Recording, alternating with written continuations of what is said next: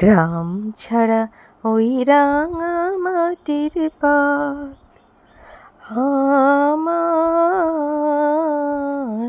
মন ভোলায় রে। নমস্কার বন্ধুরা, কেমন আছেন? আশা করি ভালো আছেন। চলে এলাম আবার নতুন দিনের নতুন একটা গল্প নিয়ে। আমি পূজা, আপনাদের বান্ধবী, আপনারা জানেন নিশ্চয়ই। তো এখানে দেখুন, আমার ছেলে পড়তে গেছিলো, তো স্কুল যাবে, তার জন্য প্রস্তুতি নিচ্ছে। তো আমাকে চলুন রান্না বসিয়ে দিতে হবে। তো আজকে না একটু শুক্তো বানাবো। তো শুক্তো বানানোর জন্য যে যে উপকরণগুলো লাগে সেগুলো হচ্ছে সজনে ডাঁটা, উচ্ছে, বেগুন, কাঁচকলা, আলু। বড়িটা দিলেও ভালো লাগে, মানে বড়ি দিতে হয়, বড়িটা নেই, শেষ হয়ে গেছে। তো আজকে আমি আপনাদেরকে একটু শুক্তো বানানো শেখাবো, শুক্তো বানানো দেখাবো। তো যারা জানেন তাদের জন্য তো অবশ্যই ভালো, আর যারা না জানেন তাদেরকে বলছি কষ্ট করে ভিডিওটা স্কিপ না করে প্রথম থেকে শেষ পর্যন্ত একটু দেখুন। তো এখানে সজনে ডাঁটাগুলো ভাজা হয়ে গেছে। সজনে ডাঁটাগুলো কিন্তু হালকা করে ভেজে নিতে হবে, কারণ আপনি যদি বেশি ডিপ ফ্রাই করে ফেলেন না, মানে বেশি লাল হয়ে যায়, মানে বেশি মচমচে টাইপের ভাজা যদি হয়ে যায়, সেই ডাঁটাগুলোর না আর কোনো কিন্তু স্বাদ থাকে না। তো আপনাকে একটু সুন্দর করে হালকা করে আপনাকে কিন্তু ভেজে নিতে হবে, যাতে ভেতরের রসগুলো ঠিকঠাক থাকে, বিচাগুলো ঠিকঠাক থাকে, মড়মড়ে ধরনের না হয়ে যায়। তারপরে কড়াইতে আপনি পটল দিয়ে দেবেন। তো আপনার যে কোনো সবজি, মানে ধরুন একটু গাজর টাজর থাকলেও ভালো লাগে। তো আমরা এগুলো দিই না, বুঝেছেন? তো আমরা যেটা দিই শুক্তোর ক্ষেত্রে যেটা প্রযোজ্য সেটা হচ্ছে, অনেকে পেঁপে দেন, আমার এখানে পেঁপেটাও নেই আজকে। তো আমার পটল ছিল, সজনে ডাঁটা ছিল, কাঁচকলা ছিল, আলু ছিল আর উচ্ছে ছিল। এটা দিয়ে আমি আজকে শুক্তো করব। তো অনেক দিন জানেন তো মাছ, মাংস, ডিম খাওয়া হচ্ছে। তো সব সময় মাছ, মাংস, ডিমটা ভালো লাগে না খেতে। তো মাঝে মাঝে মনে হয় একটু নিরামিষ খাই। দেখবেন নিরামিষ হলে যতটা ভাত খাওয়া যায়, কিন্তু আপনার আমিষে কিন্তু ততটা ভাত খাওয়া যায় না। তো তার জন্য আজকে ভাবলাম একটু নিরামিষ রান্না করি। তো নিরামিষ ঠিক হবে না, তো মানে ছেলেদের জন্য একটু ডিম ভাজবো। তো এখানে আমার পটলটা ভাজা হয়ে গেছে, দেখতেই পাচ্ছেন। পটলটা একটু লাল করে ভেজেছি। এরপরে আমি কড়াইতে দিয়ে দিচ্ছি বেগুনগুলো। বেগুন আর উচ্ছে আমি একসাথেই দিয়ে দেব। তো বেগুন আর উচ্ছে দিয়ে ভালো করে ওগুলোকে আবার নেড়ে নেব। তো এখানে বেগুন আর উচ্ছে দিয়ে ভালো করে নেড়ে নিয়ে একটু ঢাকা দিয়ে দেব, কারণ ঢাকা দিয়ে দিলে উচ্ছে আর বেগুনটা ভালো করে ভাজা হয়, আর বেগুনটার মধ্যে কচকচে ভাব রয়ে যায়, সে কচকচে ভাবটা থাকবে না।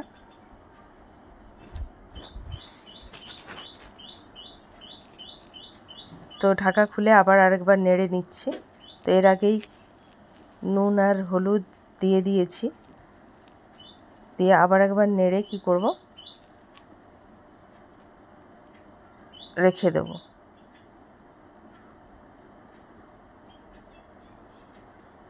যতক্ষণ না একটু লাল লাল হয়ে আসছে গায়ে, ততক্ষণ কিন্তু নেড়ে নেবেন, তাহলে কি হয়, রান্নাটায় টেস্ট হবে। আর এখানে লবণ দিয়ে দিলাম, আর এখানে হলুদের ডিবা সমেত আমি উল্টে দিচ্ছি।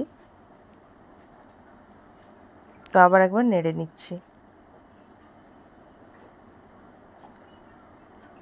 তো এইভাবে ভালো করে নাড়ানাড়ি করে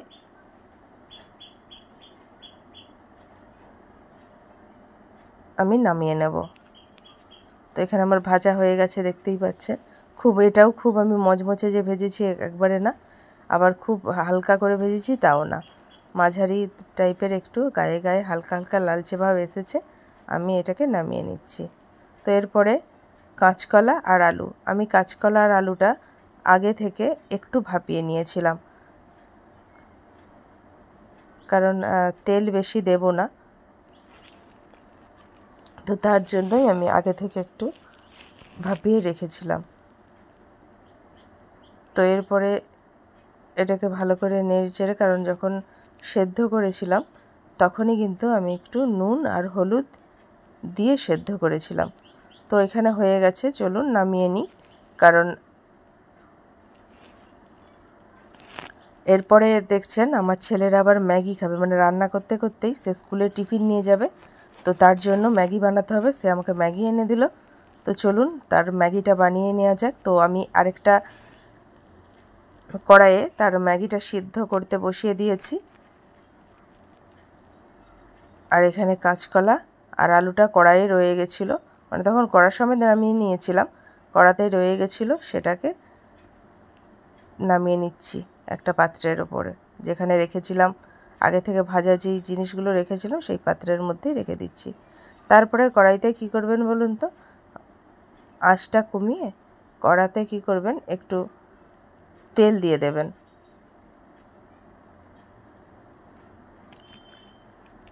এখানে পাশে দেখুন ম্যাগিটাও নাড়া চলছে আমার, দুটো কাজ একসাথে। তো তেলটা আমার গরম হয়ে গেছে। এখানে শুকনো লঙ্কা আর এখানে তেজপাতা আর এখানে তারপরে কি দেব বলুন তো, তারপরে একটু পাঁচফোড়ন দিয়ে দেব, দিয়ে ভালো করে নাড়িয়ে নেব।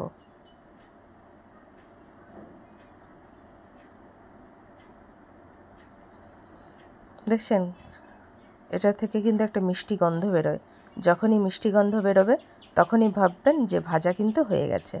তো তারপরে ওই যে ভেজে রাখা যেগুলো উপকরণগুলো সবজিগুলো দিয়ে রেখেছিলাম সেগুলো দিয়ে, আবারও একবার বলে দিচ্ছি, পটল, আমি যে সবজিগুলো দিচ্ছি, কাঁচকলা, আলু, সজনে ডাঁটা, বেগুন, এইগুলো দিয়ে আমি আজকে শুক্তো বানাচ্ছি। আর কাঁচকলার কথা বলতে ভুলে গেছিলাম, কাঁচকলা দিয়ে আবার আরেকবার কী করছি, নুন আর হলুদ দিয়ে আমি বেটে রাখা এখানে সর্ষেটা আমি দিয়ে দিচ্ছি শুক্তোর মধ্যে। তো সর্ষেটা দিয়ে আমি আরেকবার নাড়িয়ে নিয়ে জল দিয়ে দিলাম এখানে। তো তারপরে ভালো করে আরেকবার নাড়িয়ে নিচ্ছি, নাড়িয়ে নিয়ে আবার একটু জল দেবো, কারণ একটু জল না দিলে মানুষ যে ভাতে মেখে খাবে সেটা তো আর পারবে না। তো জল দিলাম। তারপরে যেগুলো ভেজে রেখেছি সেগুলো আমি তো খুব তেলে ভাজিনি, তো ওগুলোটা একটু সেদ্ধ হতে রাখবে।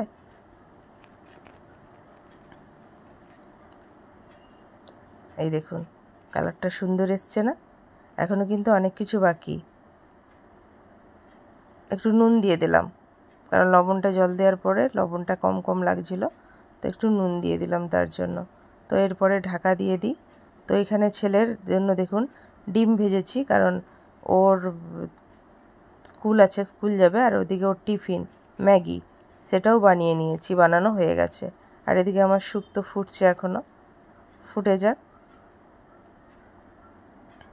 তো এখানে দেখুন ফুটে বেশ সুন্দর সেদ্ধ হয়ে গেছে, আর কালারটাও কিন্তু দুর্দান্ত এসেছে। এই দেখুন আলু একটা টিপে আপনাদেরকে দেখাচ্ছি, ওই দেখুন কত সুন্দর সিদ্ধ হয়ে গেছে, দেখেছেন? এই যে ডিম ভাজা, তার দেখুন সে ডিম ভাজা আর ডাল একটু সিদ্ধ তার দিয়ে দিয়েছিলাম, সে একটু ডাল সিদ্ধ ডিম ভাজা দিয়ে সে খেয়ে যাবে, কারণ এখন তো এইটা তেতো তেতো লাগবে, বাচ্চারা তো ঠিক খেতে চায় না। তো পরের দিকে ওকে খাবো। এরপরে একটু আদা দিয়ে দিচ্ছি, আমি আদাটা বেটে দিতে হয়। তো আমি কী করছি, ঝাড়নি দিয়ে ছোটো ছোটো ফুটোর যে ঝাড়নিগুলো পাওয়া যায় না, সেগুলো দিয়ে একটু ঝেড়ে দিলে দেখবেন খুব সুন্দর বাটার মতনই হয়ে যায়। তো তার জন্য আর কষ্ট করে বাটিনি, তো ঝাড়নি দিয়ে ঝেড়েই সুন্দর করে দিয়ে দিয়েছি। তো এটা দেওয়ার পর একটু দেখবেন মানে গন্ধটা না ভালো আসে। আরও যদি পারেন, আমার এখন সময় নেই, আমি একটু তাড়াতাড়ি করছি বলে তাই, যখন নামানোর পরে আপনি যদি একটু মানে নামানোর পরে যদি আদাটা দিতে পারেন, দিয়ে চাপা দিয়ে রেখে দিতে পারেন, তার সাথে কিন্তু মানে ওর যে গন্ধ একটা, পুরো গন্ধটা দারুণ মোমো করবে। তারপরে একটু কাঁচা দুধ, এবার কাঁচা দুধটাও বলি, আমি এটাই ফুটছে যখন দিচ্ছি, কাঁচা দুধটাও তাই নামানোর পরে মাঝখানটায় একটু আদা, তার উপরে একটু কাঁচা দুধ দিয়ে আপনি ঢাকনাটা দিয়ে দেবেন। যখন খুলবেন মনে হবে পুরো যেন ঠাকুরের রান্না, মানে ঠাকুরের ভোগের জাতীয় কিছু রান্না হয়েছে, মানে সেন্টটা এত সুন্দর বেরোবে। তো এখানে আমার শুক্তো রান্না কিন্তু হয়ে এসছে। আরেকবার দিয়ে দিচ্ছি একটুখানি অল্প সামান্য পরিমাণ একটু চিনি। তো এখানে আপনাদেরকে বলে রাখি, শুক্তোতে অনেকে জানেন যে লঙ্কা পড়ে না, কিন্তু আমরা দিই লঙ্কাটা, কারণ লঙ্কা বিনা ঠিক খেতে ভালো লাগে না। তো এখানে আমার শুক্তো হয়ে গেছে, শুক্তোটা নামিয়ে এবার আমি এখানে ঢ্যাঁড়স আলু পোস্তটা হয়ে গেছে, আমার মশলা টশলা দেওয়া হয়ে গেছে। আরেকবার হলুদ দিয়ে, মানে মশলাটা দেওয়ার পর আরেকবার হলুদ দিয়ে এখানে আরেকবার নাড়িয়ে নিচ্ছি।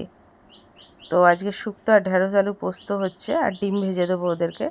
তো বাজার যাওয়া হবে, বাজার থেকে এখনও যদি কিছু আনা হয় তখন করা হবে। তো এখানে দেখুন আমার ছেলে খেতে বসে গেছে, গালে হাত দিয়ে চিন্তা খুব। তো এখানে তার ভাত ডাল আর ডিম ভাজাও মাখা হয়ে গেছে। তো ছেলে চলে গেল স্কুল। আমি এখানে কেন বাদ যাই, ছেলের যে টিফিন বানিয়েছিলাম ম্যাগি, সেটা একটু বেশি করে বানিয়েছিলাম, দেখেছেন। ততটা তো আর ওর স্কুলে নিয়ে গিয়ে খেতে পারবে না, তো তার মধ্যে থেকে আমি একটু ভাগ বসিয়ে নিয়েছি। তো চলুন খেয়ে নিই আমিও। এদিকে এই যে কী নিয়ে এসছে দেখুন বাজার থেকে।